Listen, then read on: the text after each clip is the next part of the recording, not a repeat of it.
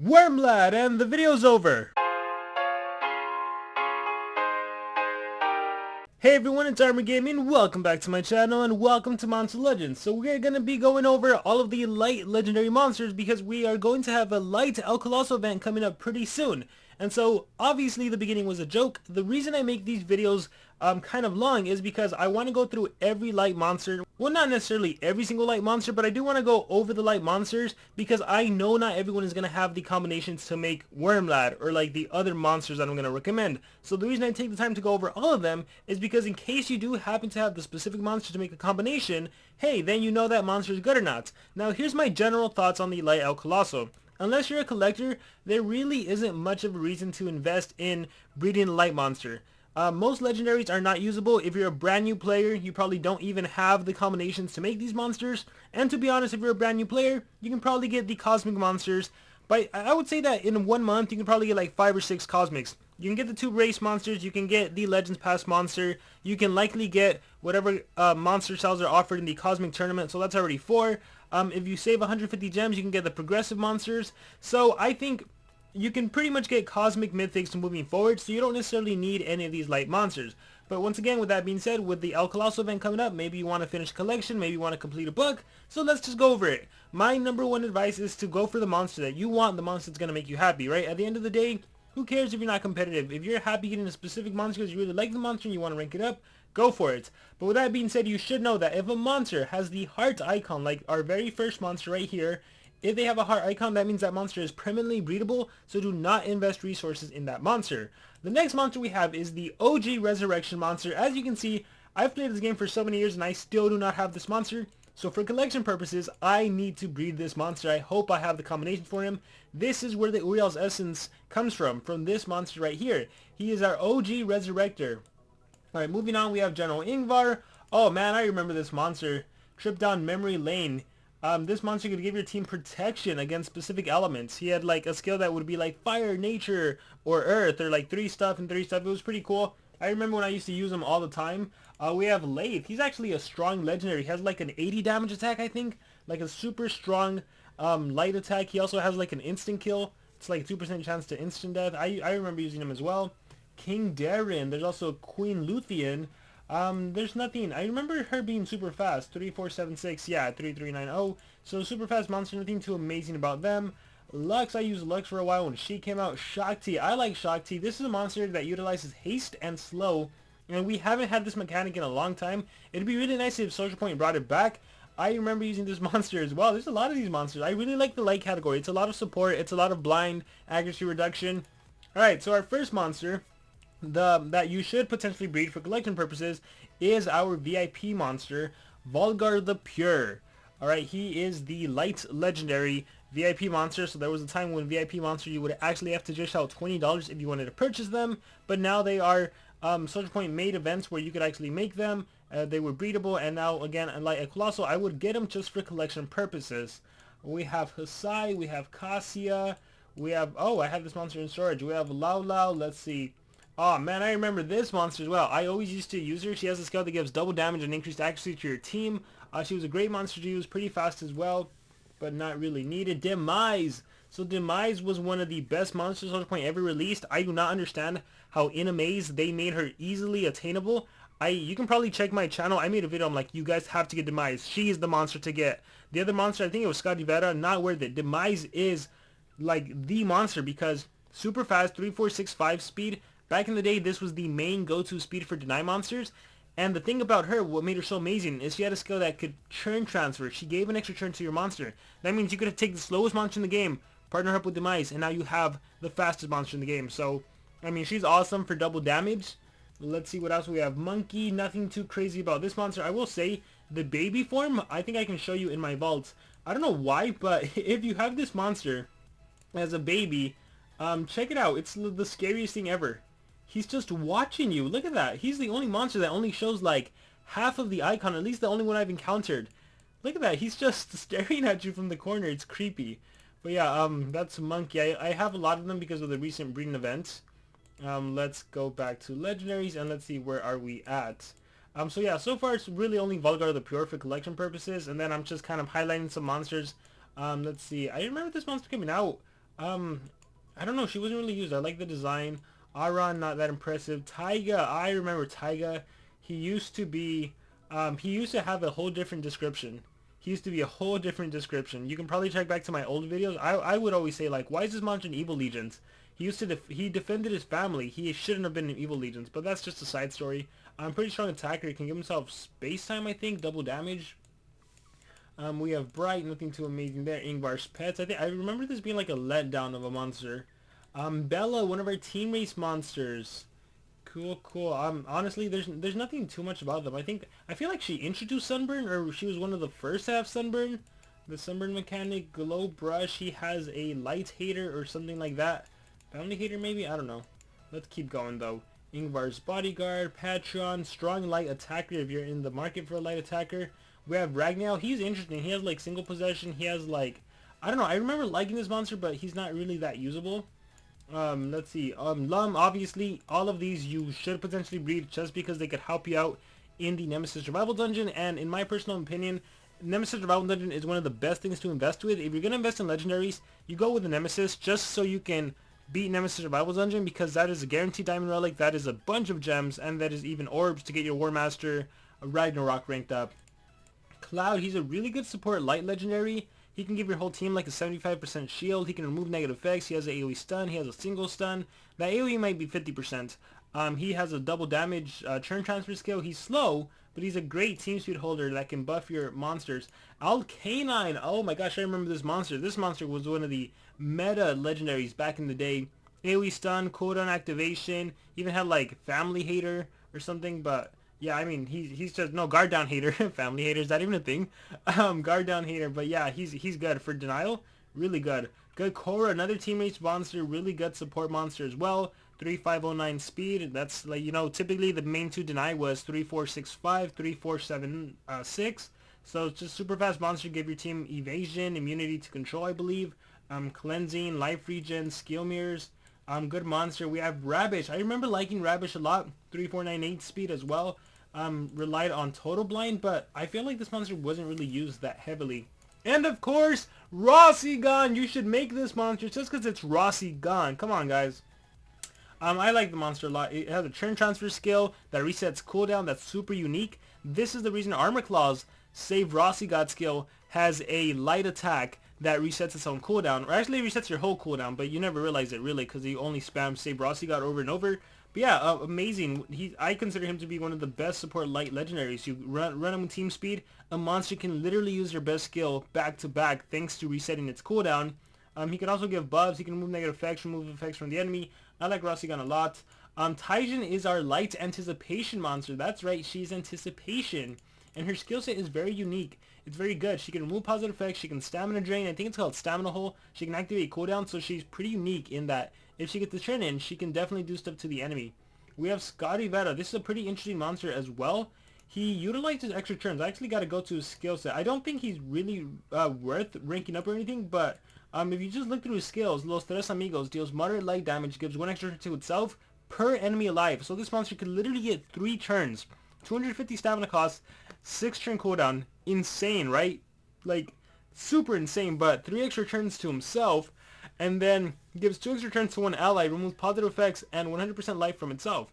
So this monster can kill himself, but give 2 extra turns to one ally, 250 stamina again, and 8 turn cooldown. That is I don't know if there's a higher cooldown than 8. If you guys know, let me know in the comments below, but that is insane. And then evasion, double damage to one ally. So with all these extra turns he gives himself, like Los Tres Amigos, you know, he can use evasion, double damage to one of them. Trade disable as well, anticipation hater. He has evasion for 2 turns, and then applies anticipation hater to himself. I mean, he's not your attacker, so that doesn't matter too much.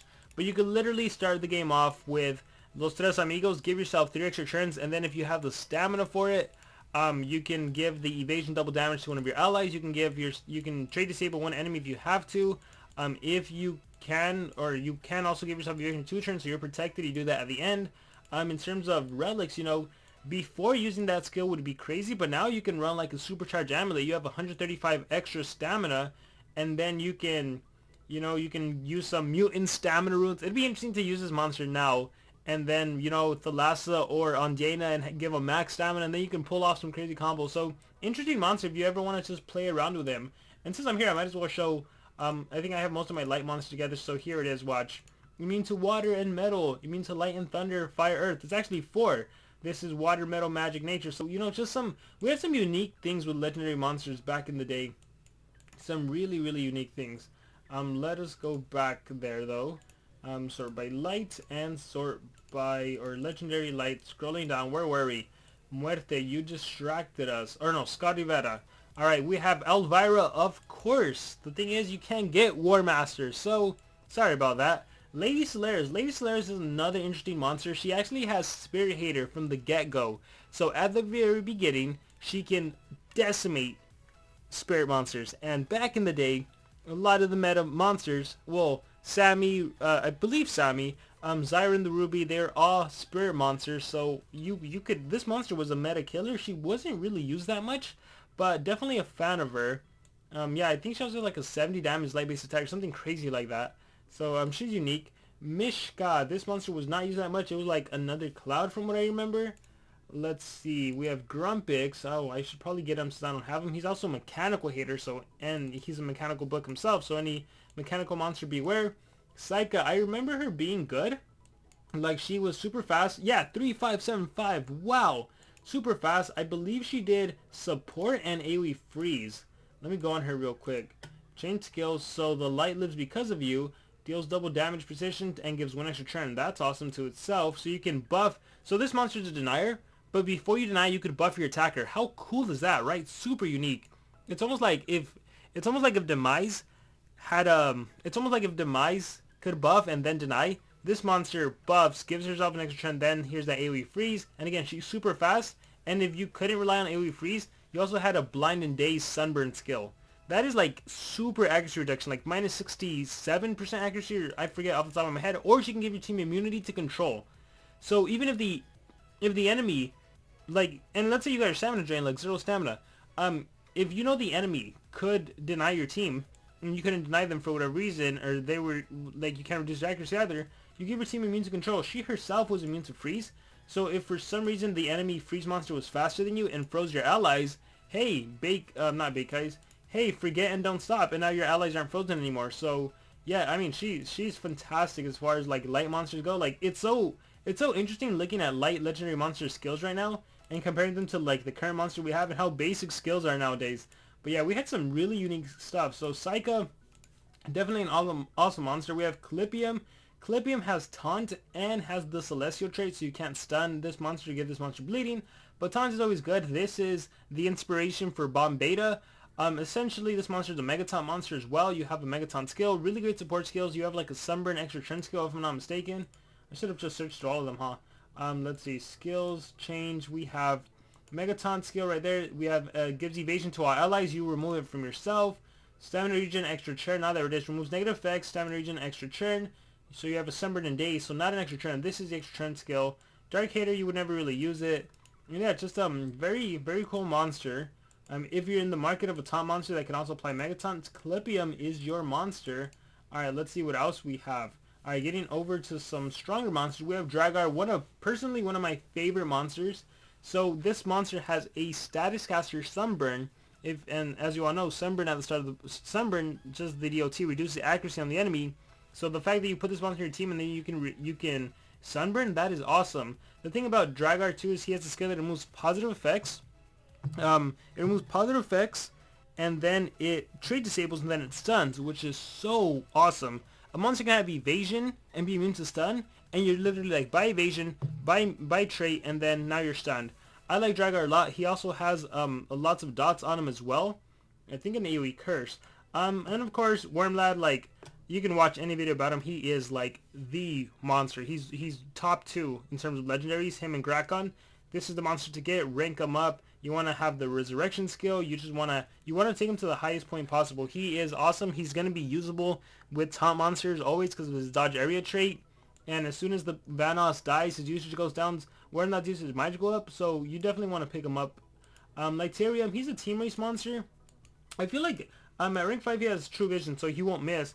He's very cool, actually. I'm surprised he didn't get much usage. I feel like probably a better monster got released soon after he got released. I know I never used mine. But his skill set, like, actually really good. Applies possession to one enemy and then again to all enemies. So this is a way of dealing with dodge area monsters, right? Because you single possess, then you AoE possess. It's also a way of dealing with monsters that have hardened or tough or bulwark, because you're applying double possession to that single enemy monster. You cleanse and remove and give your team immunity to control. You have removed positive effects and negative effects from one enemy, and you possess. So even if they were immune to possess because you possessed last turn, you can chain possess. So we have another possession skill on a no cooldown. So even if you got CDA, you have a possession skill. You have an AoE Daze and Sunburn, so accuracy reduction. So I'm actually surprised. You also have an evasion skill. I'm surprised this monster didn't get used a lot, but I guess I feel like a better monster got released. I think his trait sucked, right? Blind, Harden. The True Vision's nice because your possession would never miss.